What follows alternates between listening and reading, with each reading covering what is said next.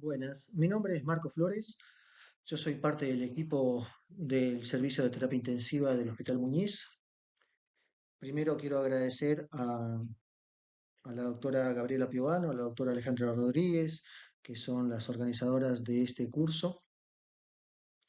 Muchas gracias. Y bueno, vamos a empezar con la charla que nos trae el día de hoy acá, que son personas viviendo con VIH y COVID-19. Tenemos una agenda, la agenda va a constar de 5 puntos, una introducción donde vamos a hablar algo de generalidades, alguna introducción sobre las personas viviendo con VIH en contexto de estatus inmune, enfermedades oportunistas y la mortalidad que implica las personas viviendo hoy con VIH. COVID-19, vamos a hablar algo de diagnóstico y tratamiento que ya conocemos, algunas medidas adyuvantes en el tratamiento y algunos diagnósticos diferenciales en contexto de los pacientes VIH. Vamos a hablar de los lineamientos actuales de la vacunación, son muy pocos y muy puntuales, y algo de la experiencia hospitalaria como conclusión. Nosotros sabemos que las personas que viven con VIH tienen un alto riesgo de enfermedad crítica debido a algunos puntos particulares. Primero, la aparición de enfermedades oportunistas en aquellos con una inmunosupresión profunda o avanzada y una pronunciada susceptibilidad a presentar sepsis bacteriana en general, pero fundamentalmente por la tuberculosis. Sabemos que las condiciones de comorbilidades asociadas se vienen incrementando debido a que la población VIH de los años 80 hoy se ve ya envejecida y si están en buen estatus inmunológico son las comorbilidades comunes de las personas adultas mayores. Si hablamos en contexto de neumonías adquiridas en la comunidad grave, existen tres factores asociados a peor pronóstico: la demora en el ingreso en la terapia intensiva, el uso inadecuado de las terapias antibióticas empíricas y el retraso en la ventilación mecánica. Por lo tanto, la decisión sobre el lugar de atención y la identificación de los pacientes de alto riesgo es primordial, no solamente por la patología como COVID-19 y no solo también por la patología HIV, sino por toda su generalidad en sí misma. Cuando nosotros nos ponemos a pensar en personas que viven con VIH, tenemos que hablar necesariamente del estatus inmune. La historia natural de la infección por VIH nos presenta que básicamente la infección se caracteriza por dos fases sintomáticas cortas, separadas por una larga etapa asintomática. Es el conocido periodo ventana.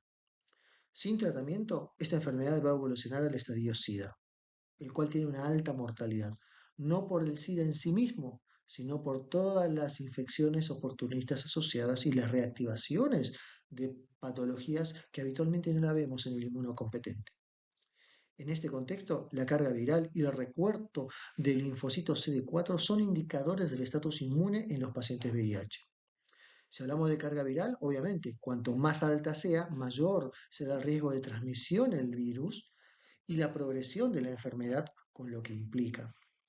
Si hablamos de recuento del linfocito CD4, el recuento se va a medir en sangre y un recuento bajo implica mayor inmunosupresión y por lo tanto un mayor riesgo de infecciones oportunistas. La ONU-SIDA nos habla que tiene objetivos de tratamiento. Estos objetivos son el denominado 95-95-95. Quieren 95% de las personas diagnosticadas, 95% de estas personas en tratamiento y el 95% de estas personas con una supresión virológica. Para el año 22, el 86% de todas las personas del mundo que vivían con VIH conocían su estado serológico. Entre estas personas, eh, el 89% recibía tratamiento, y esto ya es muy bueno. Y entre las personas que accedían al tratamiento, el 93% estaban viralmente suprimidas, o sea, tenían una carga viral indetectable. Solamente 5 países en el mundo habían llegado al objetivo del 95-95-95. ¿Sí? Son países muy chicos donde tenemos algunos datos y son ayudados por digamos, tienen ayuda mundial. Las etapas de la infección por VIH, según la Organización Mundial de la Salud, las podemos dividir en 4 grandes grupos. Las dos primeras etapas, con menos de 500 CD4 y hasta los 350 CD4 se encuentran asintomáticos y con baja probabilidad de contraer infecciones oportunistas.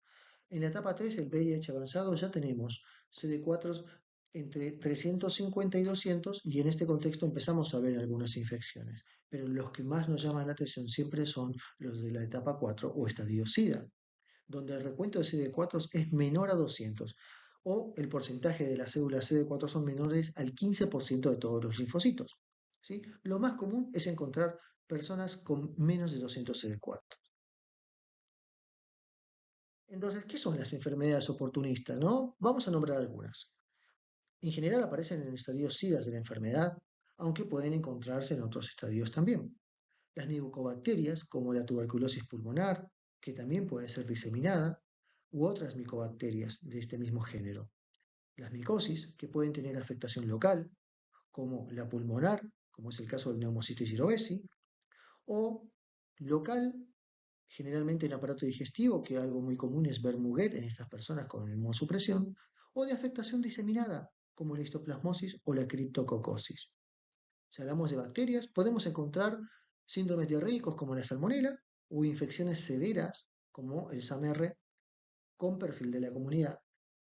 Si hablamos de parásitos, la toxoplasmosis cerebral es una entidad que no podemos dejar de nombrar y en contexto de virus en general son por reactivación y no por primoinfección, como es el citomegalovirus, que puede estar diseminado o local, que puede tener afectaciones intestinales o cerebrales o pulmonares, el Epstein-Barr, el herpes o la varicela zoster en las peores de sus presentaciones.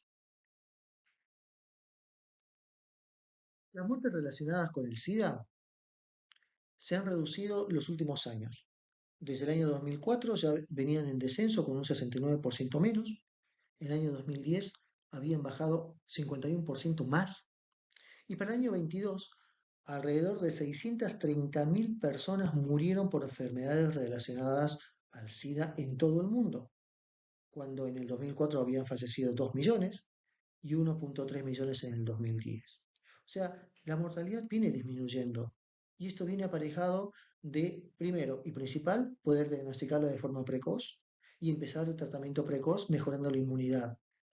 La mortalidad relacionada, si lo dividimos por géneros, se disminuyó un 55% entre mujeres y niñas y un 47% entre hombres y niños varones desde el año 2010.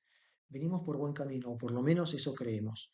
Falta mucho para hacer, pero se está trabajando mundialmente sobre este punto. En contexto de la enfermedad por COVID-19 o por SARS-CoV-2, sabemos que el diagnóstico básicamente es por PCR de muestra respiratoria, fundamentalmente en nuestras terapias intensivas, donde tenemos acceso ya sea a un aspirado traqueal o a un lavado broncoalveolar. Y si hablamos del tratamiento, es algo que si bien conocemos todos como intensivistas, el tratamiento en general va a ser sintomático y de sostén.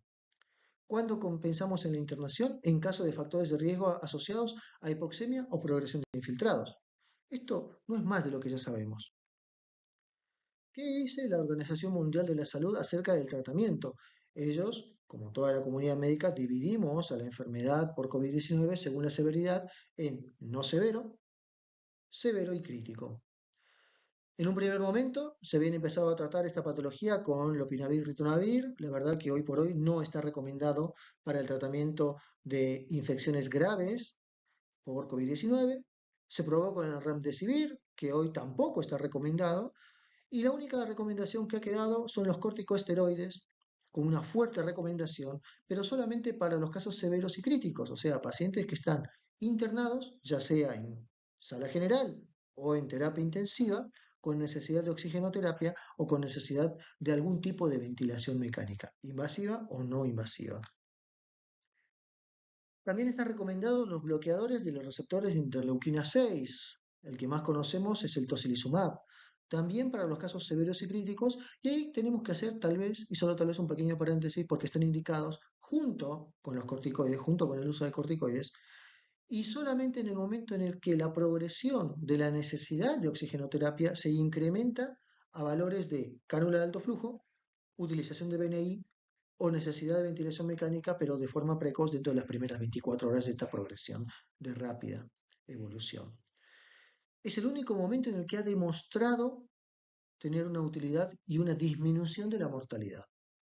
Si hablamos de otros agentes, como puede ser la ivermectina o la hidroxicloroquina, de lo que tanto se habló y que ha tenido tantas líneas de investigación, la verdad es que no han demostrado ningún beneficio y hoy por hoy, por lo menos, no están recomendados por la Organización Mundial de la Salud. En este contexto, sabemos que la evidencia científica rompió con la esperanza posible de la utilización de la hidroxicloroquina, de la citromicina o de la ivermectina. Sabemos que cuando ingresan nuestros pacientes en la terapia intensiva podemos utilizar ventilación mecánica no invasiva, podemos utilizar cánulas de alto flujo, ¿sí? Pero también podemos utilizar estos cascos llamados helmet. Se utilizaron en muchas de las terapias intensivas de Argentina y del mundo. Creíamos que esto podía disminuir la presentación o la necesidad de ventilación mecánica y hemos tenido en algunos casos algunos sesgos donde lamentablemente se retrasó la utilización de ventilación mecánica invasiva. ¿Serán los menos o no lo sabemos a ciencia cierta? Lo único que sabemos hoy es que el tratamiento, en este caso, de ventilación mecánica invasiva precoz, asociada a la analgosedación profunda y al bloqueo neuromuscular, nos demostraron ser la opción más adecuada, o por lo menos la opción más conocida por los intensivistas. Como ayudantes precoces, hay que destacar el porono. El prono que pudo haber sido vigil en algunos casos, pero fundamentalmente el prono en ventilación mecánica y se han reportado mucha serie de casos donde hemos visto una disminución de la hipoxemia y por lo tanto una disminución de la mortalidad. Hay que recordar que la forma de presentación es una neumonitis viral que se observa con patrones radiológicos como neumonía intersticial y como tal no debe ser tratada con antibióticos. Entonces, si tenemos un paciente con COVID-19 con infiltrados característicos de esta enfermedad, con una PCR positiva pero sin consolidación, hay que evitar utilizar antibióticos empíricos. ¿Sí? Esto lo hemos visto y hemos conocido el trabajo de Pacero del año 22, donde nos demostró que la necesidad de ponerle antibióticos, si bien venía dada por la posibilidad de coinfección bacteriana, sabíamos que menos del 5% de estos pacientes tenían una coinfección bacteriana, con lo cual empezamos a generar presión de resistencia antibiótica. Y es algo que hoy, todavía ahora, nos sigue persiguiendo en el mundo.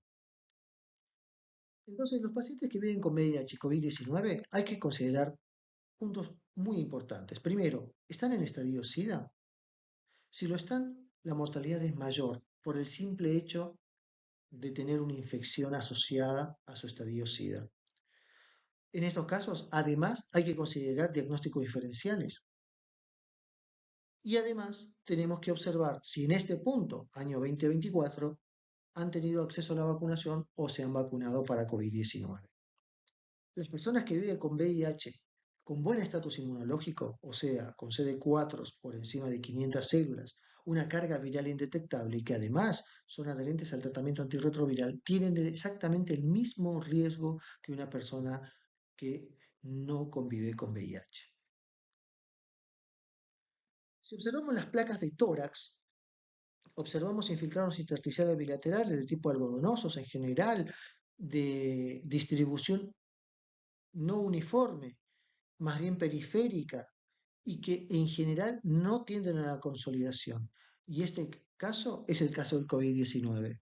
Sin embargo, nos encontramos con placas muy similares, con neumonías intersticiales bilaterales, con infiltrados que no tienden a la consolidación, con infiltrados algodonosos que pueden ser periféricos, ya sea en una incidencia o en otra, y este caso, por ejemplo, es la neumonía por neumocitis cerevisiae, una de las principales entidades de infecciones respiratorias en el paciente inmunosuprimido.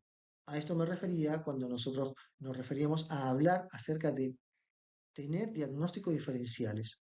Una de estas causas es la neumonía por neumocitis cerevisiae, pero tenemos otra causa adicional que son las neumonitis virales, por ejemplo, por citomegalovirus, que vienen con infiltrado intersticial bilateral de tipo algodonosos y en la tomografía vamos a empezar a observar algo muy parecido. ¿Qué pasa en el COVID-19? Infiltrados algodonosos de tipo periférico con algunas lesiones que parecen tender a la consolidación y en algunos momentos tractos fibrosos, que además vamos a encontrarlos de forma periférica, no más bien centrales, distribuidos de forma bastante distante unas de otras. ¿Qué pasa en la neumonía por neumocistis giraudesi? Infiltrados de tipo algodonoso intersticiales con patrón de Crazy-Pevin. La única diferencia va a ser que cuando la neumonía ya está avanzada o ha tenido un segundo evento, vamos a empezar a encontrar bullas, que son muy características de las infecciones por neumocitis giraudesi, destrucción pulmonar, aumento del LDH. Y si nos ponemos a pensar, el LDH también fue parte de un score definido y buscado y estudiado en China específicamente para COVID-19. Entonces, estos datos son importantes. La gran diferencia es que el COVID-19 tenía un promedio de elevación del LDH de más o menos de 350 a 600 y el neumocitis giraudesi generalmente están arriba de estos valores y llegan incluso por encima de 1000 y va a depender de la afectación pulmonar que tengan. Si hablamos de vacunación, el año 22, en el Congreso de la Sociedad Argentina de Infectología, nuestro hospital presentó un trabajo que habla sobre el impacto de la vacunación en la evolución de los pacientes que ingresaron a nuestra terapia intensiva, con y sin vacunas. Fue un estudio, un tiempo determinado, fue una cohorte de pacientes de noviembre del 21 a mayo del 22, que fue el momento en el que se empezó a vacunar. Se enrolaron solamente 86 pacientes con un promedio de edad de 58 años, donde el 65% eran pacientes masculinos y 35% aproximadamente femeninos. El 60% de estos pacientes requirieron ventilación mecánica, con una mortalidad global del 56%, un poco alta. ¿Qué pasa con la evolución? Cuando dividimos la población en personas vacunados y no vacunados, observamos algo que fue estadísticamente significativo. Los vacunados tuvieron solamente la necesidad del 50% de ventilación mecánica, mientras que los no vacunados del 75%. Esto nos habla de que tenemos básicamente un valor de P de 0,02 estadísticamente significativo sobre la mayor necesidad de ventilación mecánica en personas no vacunadas. Por lo tanto, la vacunación es un factor protectivo de ventilación mecánica, no para que no tengan COVID, sino para que evolucionen con menos lesión y con menos necesidad de ventilación mecánica. Los lineamientos generales del día de hoy desde Ciudad de Buenos Aires nos plantan tres panoramas. Población general, menores de 50 años, sin comorbilidades, solamente una dosis de refuerzo anual. Mayores de 50 años con comorbilidades, pero no inmunosuprimidos, enfermedades crónicas y obesidad, diabetes, EPOC, asma, personal de salud, bueno, dosis de refuerzo originalmente de cualquier vacuna bivalente y además continuar con un refuerzo anual, que es lo que venimos haciendo hasta el día de hoy. Sin embargo, hay un paréntesis muy importante que son las personas de más de 50 años que tienen algún tipo de inmunocompromiso y personas gestantes cuya dosis de refuerzo debe ser dada cada 6 meses. Como conclusión, voy a presentar la experiencia que nosotros tenemos desde la terapia intensiva con un trabajo que se empezó a hablar de la mano del doctor Lautaro de Bedia. Para ello vamos a tener que considerar siempre la necesidad de pesquisa de infección por HIV en cualquier persona con una enfermedad crítica, ¿sí? El contexto del VIH confirmado, eh, hay que evaluar el estatus inmune. Vamos a considerar un buen estatus cuando la carga viral es indetectable y con unos CD4 mayores a 500 células. Y si pensamos en mal estatus, no solamente vamos a considerar a la persona que tiene una carga viral elevada con unos CD4 bajos, sino además a una persona que tenga una carga viral indetectable, ya sea porque está con un buen tratamiento, pero con CD4 menores a 200. Esa persona también se comporta con mal estatus inmunológico.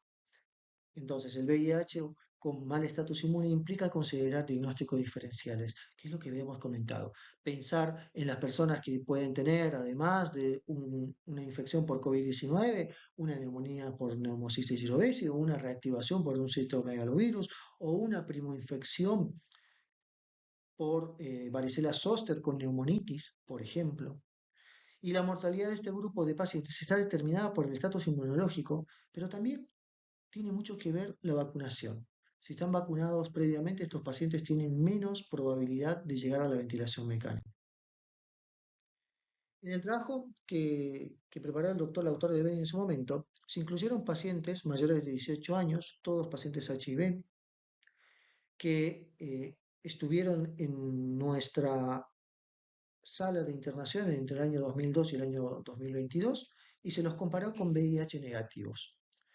Solamente contábamos con el 45% de los recuentos CD4 de los pacientes ingresados por VIH y en ese contexto la mediana fue de 45 células.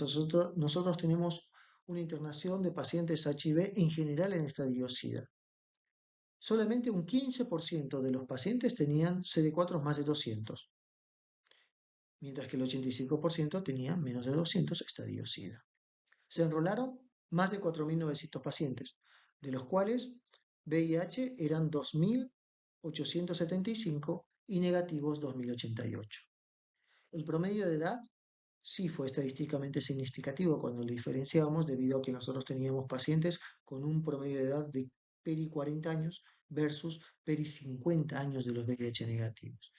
Dentro de los pacientes HIV positivos, los diagnósticos como infecciones oportunistas más comunes fueron 51% neumonías por Pneumocystis jirovecii, 20% por meningoencefalitis a criptococo y 15% por toxoplasmosis, las tres más frecuentes.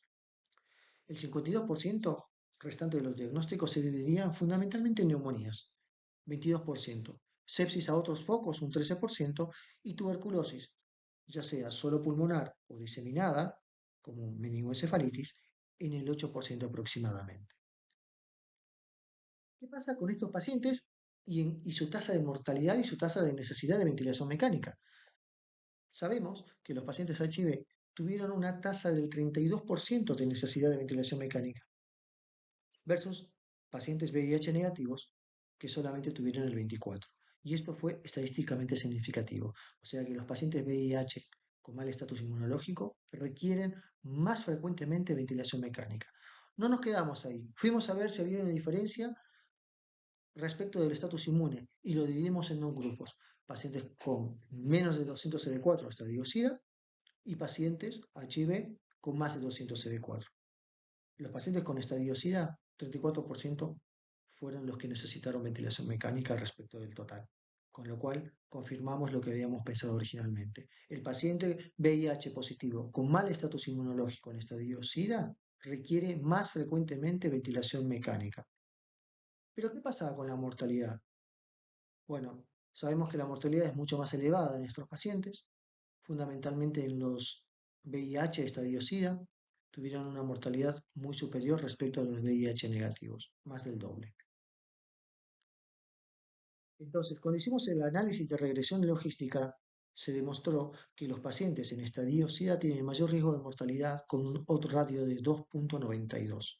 Esto significa que la probabilidad de muerte es casi 3 veces más que la población general en las mismas circunstancias. Bueno, muchas gracias. Cualquier duda y pregunta les dejo mi mail. Les agradezco una vez más a los organizadores del curso, así que cuenten conmigo. Hasta luego.